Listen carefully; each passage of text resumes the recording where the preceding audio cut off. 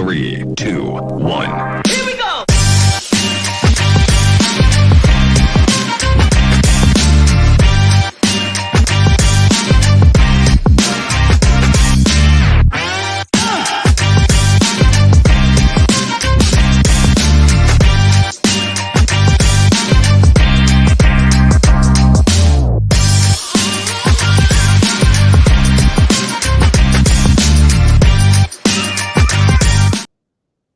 All right. Well, good morning, everyone, and welcome to today's Exploring by the Seat of Your Pants event. My name is Joe Growski, and I'll be your host for today. So this is actually our first kickoff event of September of a brand new school year, and this just so happens to be the 10th year of Exploring by the Seat of Your Pants. So if you are new to our program, we bring science, exploration, adventure, and conservation live into classrooms across North America and around the world.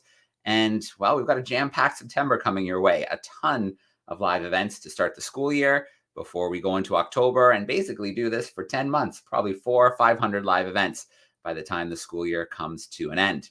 So one of our themes in September is the adventure of a new school year. So we're talking to athletes, we're talking to scientists, explorers, adventurers who have overcome challenges and obstacles, set goals, are going to talk about resiliency and all kinds of things to get classrooms excited for the coming school year. And I can't think of a better speaker to kick things off than my friend James Ketchell. So James is joining us from the UK today.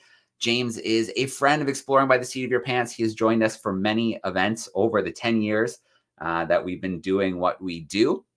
And, where to start with James? James is an incredible athlete. He is an adventurer. He uses his adventures as a platform to raise money for important initiatives across the UK. And he's accomplished some pretty incredible things. His ultimate triathlon, where he cycled around the world, rode solo across the Atlantic Ocean, and climbed Everest. You may remember not too long ago, he became the first person to fly a gyrocopter around the world. And he joined us for a couple events while he did that. And now James is gearing up for another adventure. So I'm going to bring him in live with us right now. And we're going to talk a little bit about that today. So here we go. Hey, James. Good morning. How are you? Thank you for having me. I'm good, James. We're thrilled to have you with us. And gearing up for another crazy adventure. Yeah, absolutely. I'm talking to you today from my boat. I leave on September the 22nd to sail this boat around the world. It will be my third circumnavigation, so I'm pretty excited. Actually, even more excited of the prospect of sharing the journey with you guys, as I have Starlink on the boat, so I have internet the whole way around the world, so I can take you guys on a virtual journey around the whole world. That's one of the plans. So lots going on. Yeah, absolutely. Well, we can't wait for that. I know there's probably a ton of preparations going on, so we're going to ask you a little bit about that in a moment. But I want to start off, James, and let's go back to the beginning. Can you tell us a little bit about, what led to you formulating the ultimate triathlon?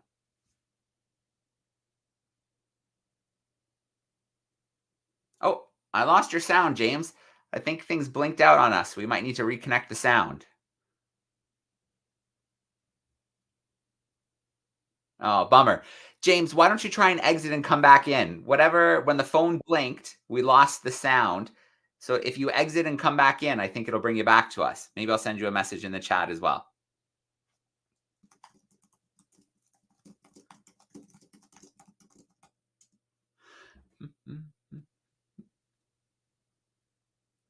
Perfect. Okay, you got my message. All right. So we are connecting from the boat in the harbor, and I think it looked like maybe the signal blinked and it might have disconnected his microphone. So if he comes back in with us, we should be able to continue right where we left off. We're going to talk a little bit about some of his past adventures, and then we will move on to explore the sailboat, talk about the preparations. We'll play some Kahoot, and then, of course, we'll turn you guys loose with some questions for James as he prepares to leave in about 11 days for his solo sail around the world. Let's see. Joe. All right. I think we got you back. Okay. I'm so sorry. So you were asking me a question. Go ahead. Yeah, I just thought, we'd start by talking about some of your previous adventures, and I thought it would be a great spot to kind of talk about what led to the ultimate triathlon. What happened in your life that led Yeah. to that.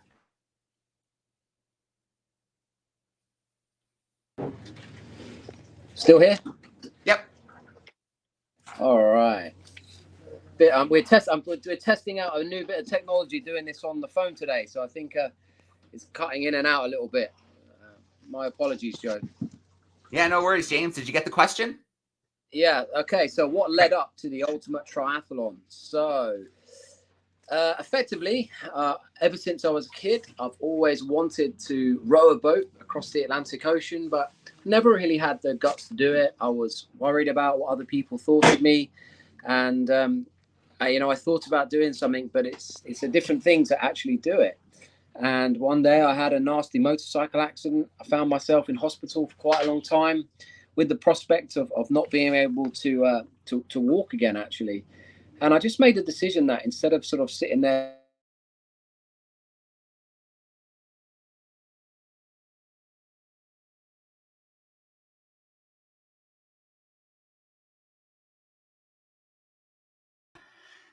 All right. Well, hopefully we can get James back. We had a test call this morning and everything was nice and smooth with the connection from the ship.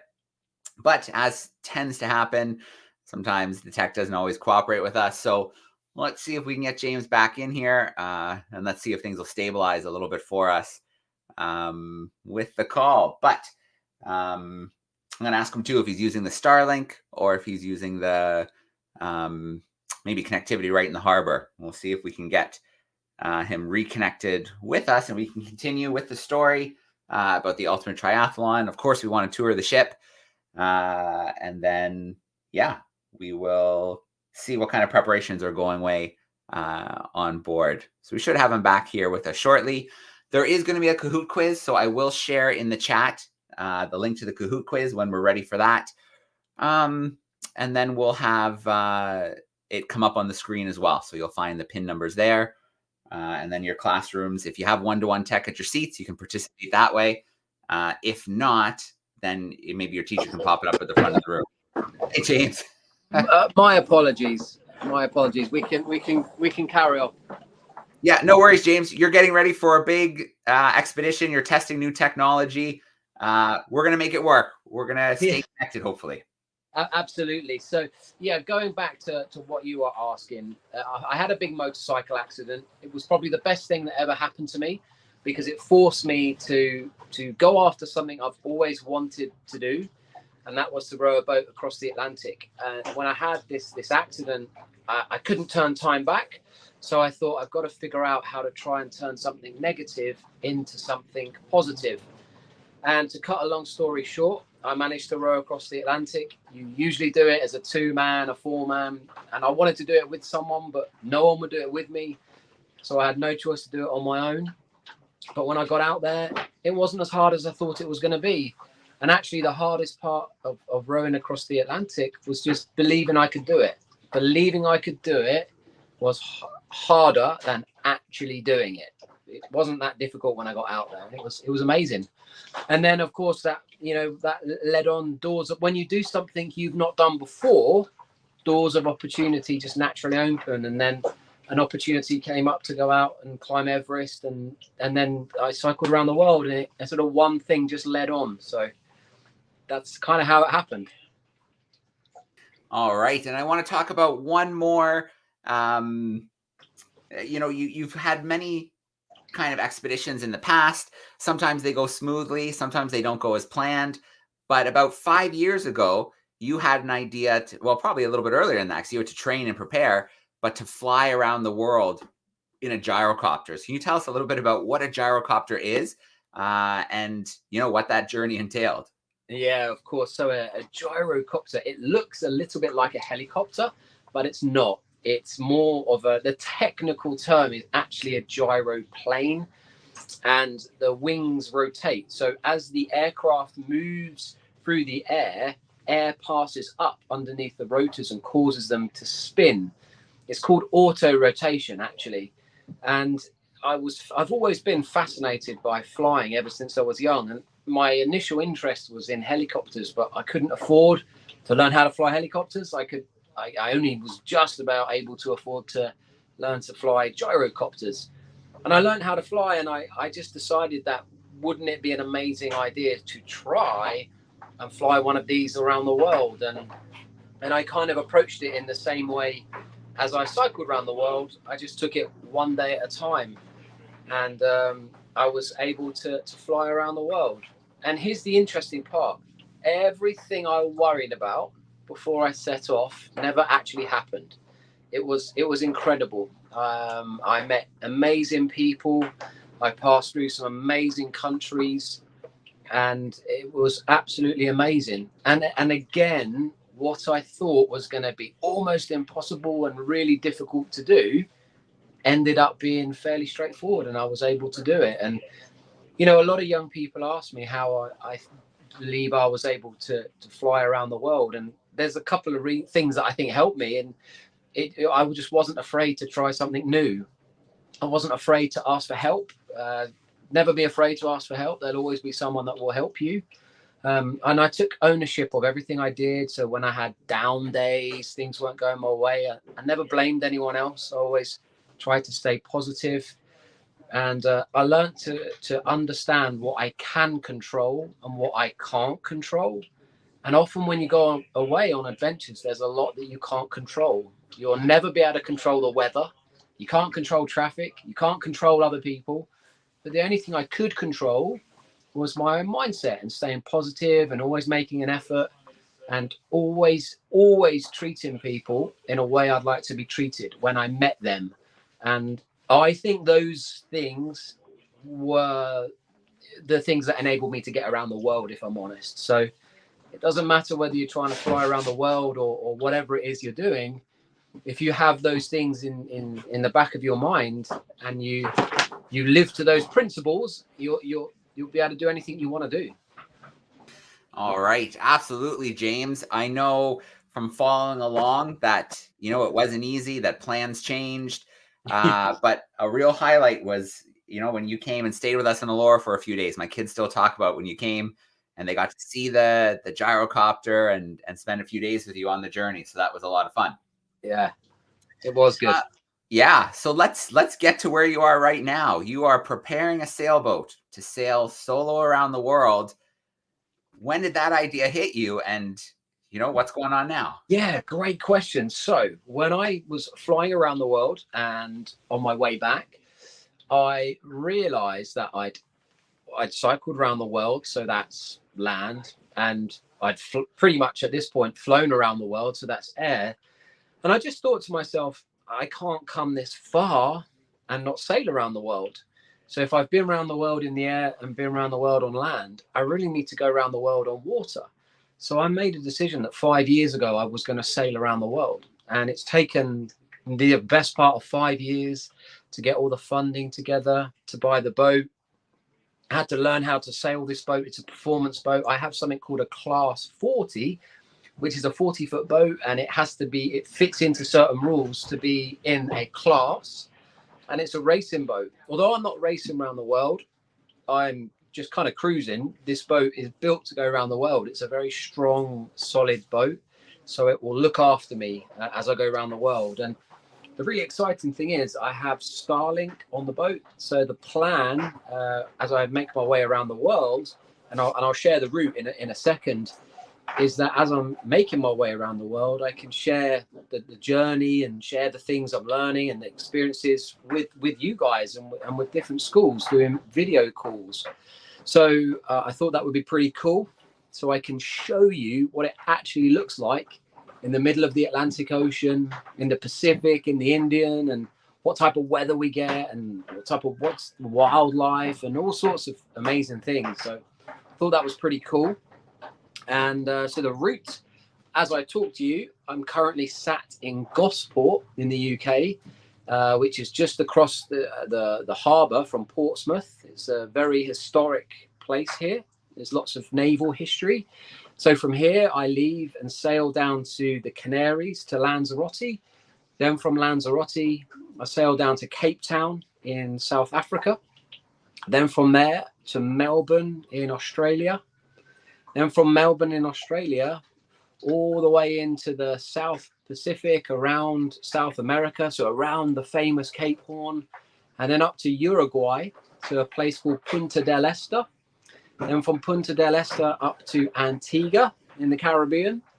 Then from the Caribbean up to New York, and then New York back to England. And it'll take between 8 to 9 months to get around the world. And, I have 11 days left, and I'm still working on the boat and ticking off the jobs, but sometimes it feels a bit overwhelming, but when it does, I just do one thing at a time, and it all kind of works out. So yeah, it's going to be great.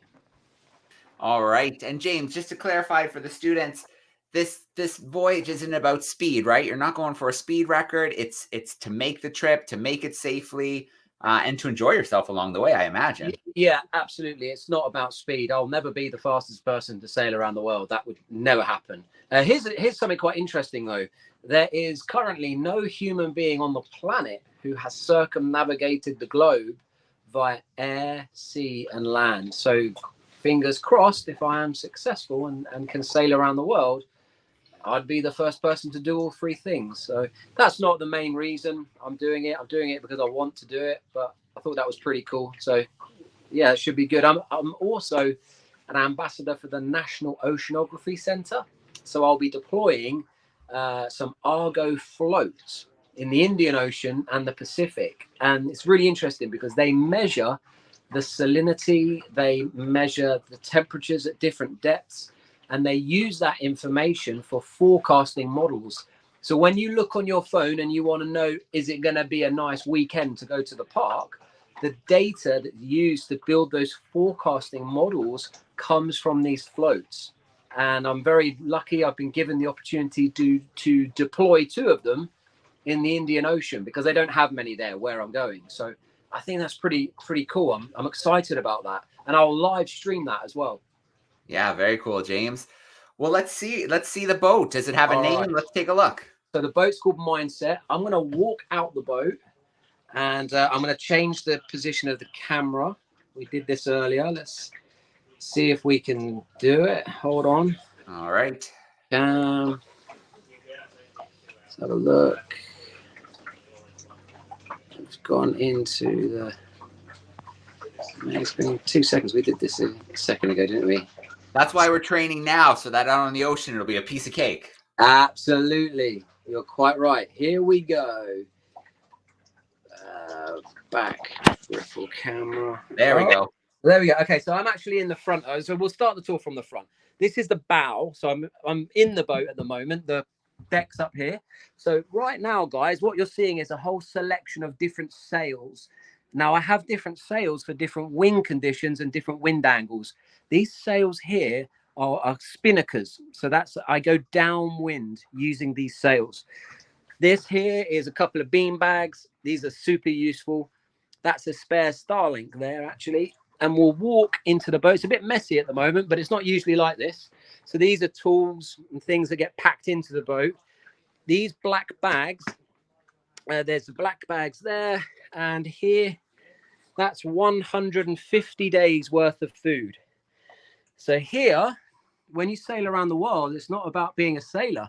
You have to understand electronics. So these are all the electronics that run the boat. So they run the autopilot and they run the GPS. So let's come into the front here. So this is the chart table here, guys. So we have our computer. So on here is our navigation software. Up here, we have our instruments that tell us what electric's coming in and what's going out. We have a GPS up here, and here's all our switches. There's a few good luck messages up here. Now, this is quite interesting, guys. For most of the time, I won't be steering the boat. I'll be on an autopilot, and this is the controller for the autopilot. So this is kind of almost like a radio-controlled boat, and that's how I control the pilot. And my job is to manage the sails. So we'll take a look out on the deck, and I'll show you guys. Oh. All right, so you can see at the back of the boat, guys, we've got some solar panels here. These are really important. And then we also have a hydro generator. So this propeller will lower into the water and it will spin as I'm passing through the water and it will create electricity. This is the main Starlink, so that gives me the internet connection. And this is the tiller that I can move like this. Here is the life raft. Hopefully we don't need that, guys. Here is the boom, and then the main sail is here. And then that we would raise that up and it would go all the way up to the top of the mast. And at the moment, we're just rerunning some of the ropes through the organizers. So we'll take a look up at the front. All looks a bit of a mess with the ropes, but we know what ones they all do. So we'll come up to the front of the boat. This is called the bow, guys. And we'll look back. So here it is. This is hull number 55 and of the class 40 boats. So here we have a furling sail. Furling means the sail wraps around this, which is called a torsion stay. So this is very easy to deploy. And this here will spin and the whole sail will unfurl. So, and we've got some more solar panels up on the top here. And just for your information, that's the famous Spinnaker Tower in Portsmouth. So the naval dockyard, there's a ship just over there. I don't know how well you can see it. But this is where I'll be starting from, guys.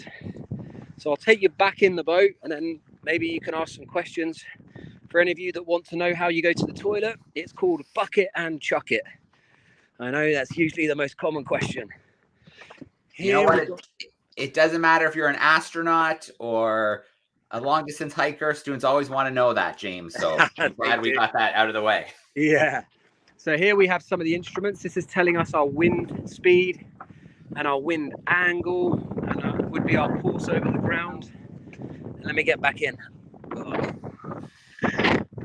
Perfect. So James, we're going to switch to some Q&A in a moment, but while we were presenting today, I pulled together a quick Kahoot quiz for the students. So they're going to play a little Kahoot quiz. It'll take a couple minutes and then we're going to do some questions. All right, let me go back to the camera. Here we go. All right. All right, boys and girls, I am going to load up this Kahoot quiz. I'm going to share my screen and it's going to put the code up there for you. So just bear with me while this loads. Here it comes. So you need to go to kahoot.it. Kahoot.it.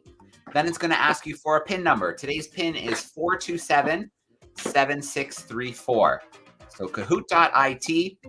And then you want this PIN number, 427-7634. So James, while we have a couple minutes and their students have already sent in some questions, I'll ask you a couple while the students join the Kahoot. So I want to start off. Jack in Dalewood would like to know, on the boat, what would you say is a must that you have to have with you to sail around the world? Yeah, that's a good question. The most important thing on the boat, because I'm sailing on my own, is my autopilot. So that steers the boat when I have to go to sleep. Without the autopilot, you can't go around the world on your own. Then you have to have a way of steering the boat when you sleep. So that's probably the most important bit of kit that I need on the boat. But then, of course, there's other things. I have a water maker, which turns salt water into drinking water. I've got all my food. I need to be able to cook the food, so I have a little jet boil cooker. And then I've got the Starlink, so I can be connected. So there's quite a lot of different things that you really need to get around the world. Yeah. James, so you mentioned the autopilot for while you sleep.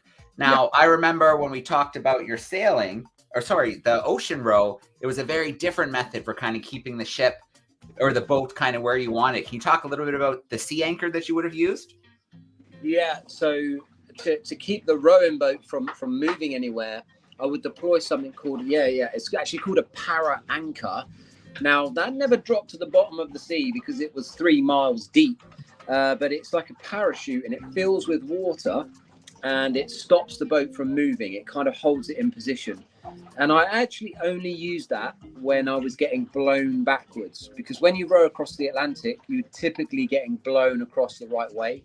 So a lot of the time at night I would sleep and the boat would drift, but I can't do that on this boat because it's bigger, and with the sails up it's much more powerful.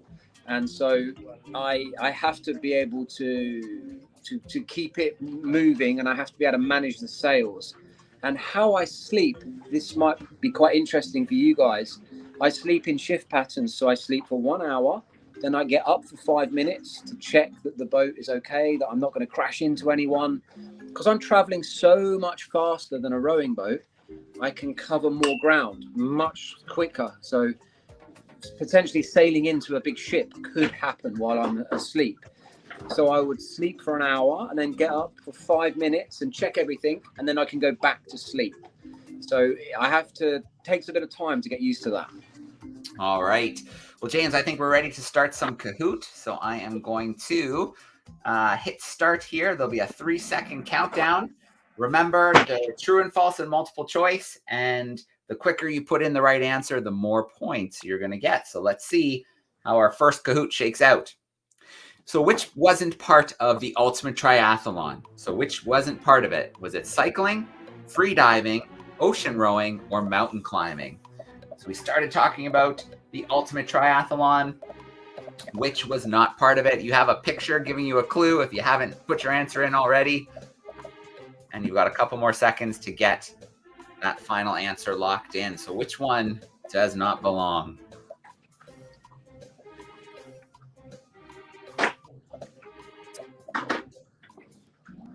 All right. So it is free diving. So James cycled around 18,000 miles around the world, rode solo across the Atlantic, and climbed Mount Everest. Let's go to our next question. We'll check the leaderboard. The Royal Kitten is holding down that top spot. James was the first to fly solo around the world with was it a hang glider, a hot air balloon, a small plane, or a gyrocopter? You have about 15 seconds to get your answer locked in. Was it a hang glider, a hot air balloon, a small plane, or a gyrocopter?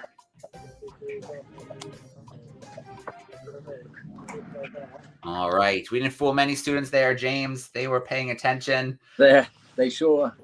That puts Royal Kitten still holding down that top spot. We have a true and false coming your way. James is trying to beat the speed record for sailing around the world.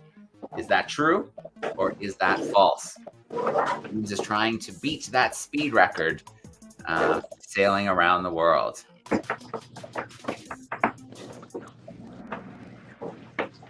All right, that is false. The mission is to get around the world. There is no need to race.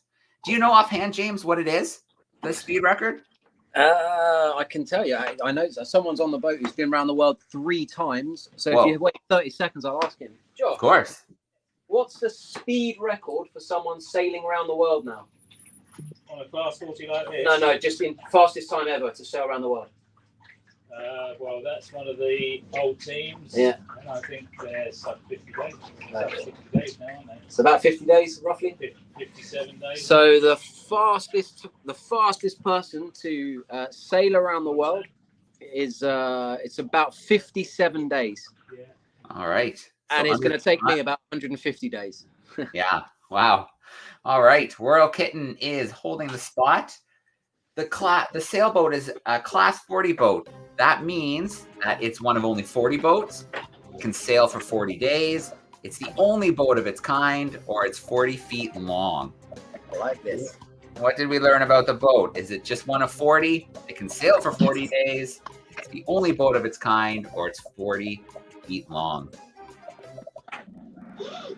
All right. Good job, crew. 40 feet long. And James, that number on the top, is that the company? It's the 55th hull that they made? Yeah, that's a very good question. So each class 40 boat that's made has a hull number. And this boat was made in 2008 and it was hull number 55. Now, if a new class 40 was made now, it would probably be hull 220. So many more boats, class 40s, have been made. All right. Final question. It is a true or false. James' boat is called Mindset. True or false? And there we go. We got a picture of James sailing his boat right there. James, how many hours do you think you've put into sailing? Hundreds. Hundreds? Yeah. Yeah. That's a nice picture.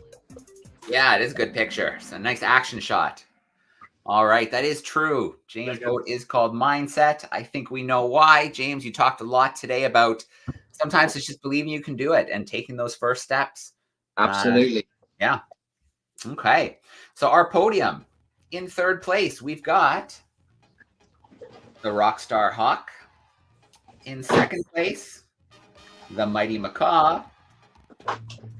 And in first place, Royal Kitten just held on, tape to tape. Question 1 to question 5, did not let go. All right, very cool. So let's come back from that screen share and let's go Q&A action. So if you're tuning in via YouTube, I can see we've got a lot of classrooms tuning in. Some have said hi already, like our group in Glen Williams, Ontario. We've got another group in Missouri, another in Florida. So put in some questions in that chat for us. But let's start grabbing some from our live classroom. So I'm going to go first to Fergus, bring our Fergus crew in from John Black. How are we doing today?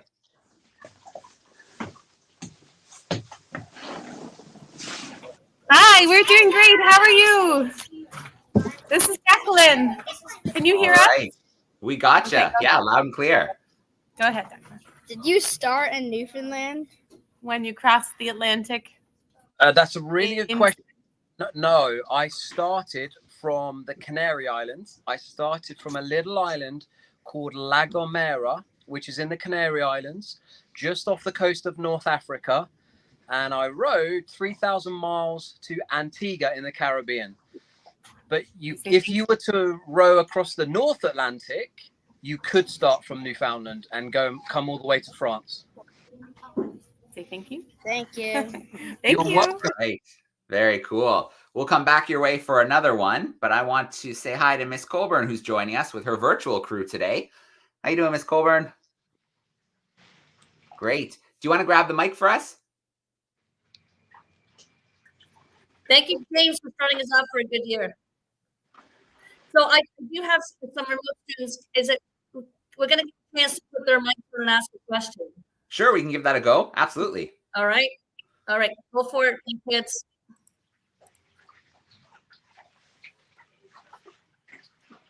Zav, you going to go for it? Yeah.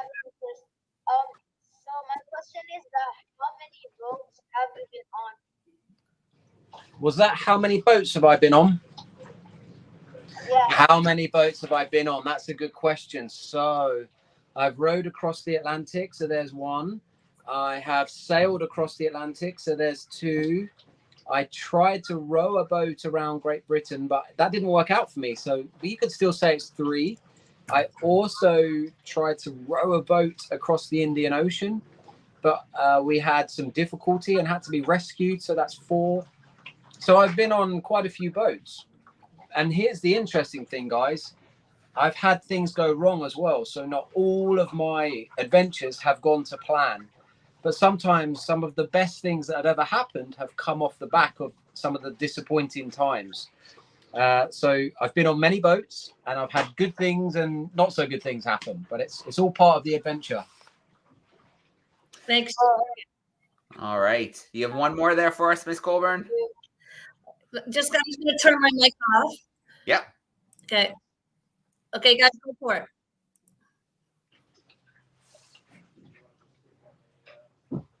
Jack, you good? So, in your boat, have you ever sailed? You want to repeat that, Jack? So, did you ever like stay? It's breaking up a little bit, Miss Colburn. I couldn't catch that. Okay. Go ahead. Go ahead. Did you almost wait? Well, we're trying some technical day. Well, that's okay. Maybe he can type it into the chat and you Oh. can put it into the chat for me. While we're grabbing that, I'm going to slip over to Mr. Steltman's crew. Let me bring them in front and center. Grade 4, 5s. How are we doing today? We're good. Thank you very much. Samira's got a question. How and where did you get in on the motorcycle accident? Oh, that's a good question. So when I was young, I was really interested in motorbikes. And so I started small with some smaller ones. And then as I got older, I got into bigger, faster ones. And then I stopped riding motorbikes on the road because I thought it was a little dangerous. And I started racing them instead because that's on a track. So it's actually safer. But I had many accidents on my motorbike, and you wear the right equipment. But this one particular time, I fell in an awkward position, and I was on a track, and that's how I had the accident, and that's how I broke my bones. I could have the same accident over 100 times again and probably walk away from it. It was just a bit unlucky the way I fell, but it was the best thing that ever happened. I tried to turn something negative into something positive. Thank you very much. Sorry, Joe, you're muted. Got to get back into routine. Our first event. Got to hit those mute switches. I know it's tricky. Yeah. Do you have another question there for us? Yeah, Angelique, do you want to come ask it? I know we get two, and that's fair. We had a whole bunch of questions, but we'll come back. That's okay. At 9:50, I think we have. Okay. So go for it, Angelique. Why did you decide to drive the boat? Are you gonna do Is that why did I decide to sail the boat around the world? Yeah. That's a good question. I decided I was going to sail the boat around the world because I really wanted to have another adventure, if I'm honest. I'd already flown around the world and I'd already cycled around the world. So I thought to myself, I couldn't come this far and not sail around the world. And I liked the idea of taking people with me virtually via the internet, and I can show videos and pictures as I go around the world. Great. So maybe when you're older, you guys can have your own adventure. And hopefully by me taking you on an adventure and sharing some of the things I've learned over the years with you guys, maybe that will help you guys go on to pursue your own goals and dreams, whatever they are. You don't have to go on adventures. You can do anything you want. There is so much opportunity in this world. This world is an amazing place. There's many good people. And you want to know the really exciting thing? The whole wide world is waiting for you. So whatever it is, it's out there. All right. Thank Awesome. you. James. We're getting some good response from the classrooms in the chat as well. Great message. Very exciting. Good stuff.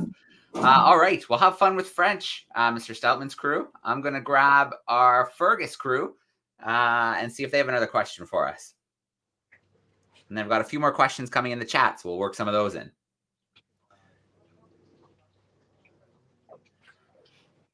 I think she's on mute. Yeah, I think just looking for the switch. Yeah.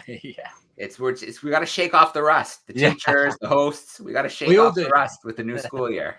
Sorry, I couldn't find my mouse. Okay. There we go. Go ahead. Oh, me? Okay, go ahead. Do you want to come up to the camera? Did you always decide? You wanted to do adventures? Did you always decide you wanted to do adventures? When you were little, what did you think you wanted to do when you grew up? Excellent question. When I was young, I did like to have adventures as well. But when I was young, I started small and then I built my way up. So when I was your age, I stayed in a tent for the first time in my mum and dad's garden. And at the time, that was really exciting. That was a big adventure when I was young. So I started small and I worked my way up. And I always knew I wanted to have some adventures because I like meeting new people. I like learning new things. I like going to new places. And these are all the things that you'll get from traveling. You don't have to have adventures, but traveling to new places. And I also want to share with you that being adventurous is not necessarily about climbing big mountains and crossing oceans. just trying something new is adventurous. So the next time you get the opportunity to try something new, make sure you do it. Try as many things as you can, guys. So there you go. I want to say thank you. Thank you. You're welcome. All right. Thank you. Great advice, James. I've heard them called micro adventures before. Going camping, walking in a new place, learning to do a headstand. There's all kinds of things that you can do to challenge yourself and build towards bigger and bigger adventures. Absolutely. All right. We have someone joining us in Florida. Her name is Serena, and she wants to know, were you inspired at all by Around the World in 80 Days by Jules Verne? That's a good question. Yes, it was amazing. I was really inspired when I started reading and learning about the explorers of hundreds of years ago, when they didn't even really know the world was sort of round. They thought they were going to sail off the edge of the world. People like Christopher Columbus and Captain James Cook, and people who were exploring hundreds of years ago. I like to read their diaries and learn about them, because I think what they were doing was pretty amazing. What I'm doing is actually quite easy. It's not too difficult. But what they did with limited technology, they had no technology. It was very basic. That kind of inspires me. I think it's pretty amazing. All right. We've got second graders in Missouri, and obviously we don't hope that this happens, but they want to know what your plan is if there's, something happens with the ship, if it's a collision or taking on water. What are some of the plans? Well, I have been rescued before, so it wouldn't be my first time if something went wrong. If the boat takes on water, I'll tell you something interesting about this boat. It's a positive buoyancy boat. So if we cut this boat in half, it would float on the surface, because there's lots of foam that's built into the boat. So it has a lot of buoyancy. So in theory, this boat would never sink. It would just drop below the water a little bit. It would never actually sink. And if I needed to be rescued, I would activate something called an emergency positioning indicating radio beacon. And the closest ship to me by law has to come and help me. So as long as there's some ships around, I would be okay. And of course I have a life raft, and I have special satellite phones and things, so I can deal with any problems if they come up. All right. Miss Colburn's class sent in that question that we couldn't hear before. And it was, what is about the ocean? Is there something about the sea that's inspired you? Oh, I think we might have lost James. So it was really good. The connection was really good compared to at the beginning when we thought we were going to have some trouble. We'll give him just a moment to see if he can answer maybe one or two more questions for us. Then we'll wish James luck, because lots to do. You saw the rope and all the gear and equipment that needs to be stowed away in the next 11 days. And then I think that the plan will be that we'll connect to James a few times from a few places he stops. We'll connect to him from the different oceans that he's sailing across. We should have an opportunity to really follow along with James and, hopefully feel like we're a part of the journey too, and we can encourage him and cheer him on as he makes his way sailing around the world. He's got about 150 days of sailing ahead of him. That's a great question from Missouri. Is there a map somewhere? So there is a website. I'll see if maybe James can share the website with us, and there should be a live map. So you can always come on and check and see where James is over the course of his journey. So that's a question I'll ask James if we get him back one more time, and we can just squeeze in maybe one or two more questions, and then we'll let him go, because it looks like he has lots to do. And in the UK, he's 5 hours ahead of us. So his day is moving. I'm sorry about that, guys. I'm back with you. The phone just cut out. But, that's okay, James. We're going to let you go. Oh, yeah, no worries. We're going to let you go in a moment. But just to finish that last question, the ocean, the sea, was there something that maybe an incident, something when you were sailing or rowing in the past, or just growing up near the ocean? Is there something that, inspired or drawn you to the ocean? Yeah, it's a magical place. It never looks the same. It's always changing. And I find it I just find it very exciting being out in an ocean. It makes me feel like I'm alive, and I like that. Yeah. But you have to concentrate as well, because it can be dangerous. But if you do things properly and safely and do your planning and things, you can reduce the risks, and it's a lot of fun. The ocean's an amazing place, and we wouldn't be able to function on this world if it wasn't for the ocean. Everything revolves around it. Yeah. Well, James, we are so excited to follow your progress, hopefully connect from some of the places you stop, from the ocean and such. But the classrooms really want to know, how can they follow? Is there a website where they can track you and keep track? Oh, no. I think we were just about to get the website answer. We might have lost the camera again. So either way, I'll get the answer to everybody, because I have your emails from when you registered. So I will send that answer. But hopefully James can give us the website, and we should say goodbye. It'd be nice to say goodbye and wish James luck. Yeah. And I'll have to ask him later whether he was using the Starlink. I have a feeling it's the cell phone connectivity in the harbor, because the Starlink's usually pretty good when it's out on the ocean. We've been using it with the Darwin 200. If any of you have been following our Darwin 200 voyage around the world on the tall ship, you know that we've been getting amazing signals from the middle of the ocean. Sometimes the speed of the internet's faster than some people have in their living rooms. So James will have really good connectivity when he's sailing around the world. We will get the name of that website. Hopefully he can join us one more time. And then we'll say goodbye. And that'll be it. That'll be our first event of the new school year. Tomorrow we have a fun event with Preet. Preet will be joining us. She is an amazing woman, an amazing athlete as well. She has skied solo to the South Pole, which is pretty amazing. The longest journey solo by someone in Antarctica. So she's going to tell us about that tomorrow. So it'll be great to meet Preet. Let's see if we get James one more time. We might not. So maybe I will send an email to everybody with the link so we can follow James on the tracker. I'll also have a spot on the website. I'll put it under our event page, a spot where you can keep track of the events that we have coming up with James, so you can follow along during the school year. For now, though, a huge shout out to our classrooms. You guys had such great questions today. Thank you so much for those questions. Thanks for playing Kahoot. Yeah, we're just getting started. We have a lot of live events coming your way. We can't wait to see you over the course of the school year. But for now, I think we'll sign off and watch your emails, because I will send you a link to James's website. I see a few students waving there. There they are in Fergus. Thanks for the great questions, guys. Ms. Colburn, thanks for being with us. Our classrooms who joined us online, it was great to have you. But we're going to sign off for today. Thanks, everyone.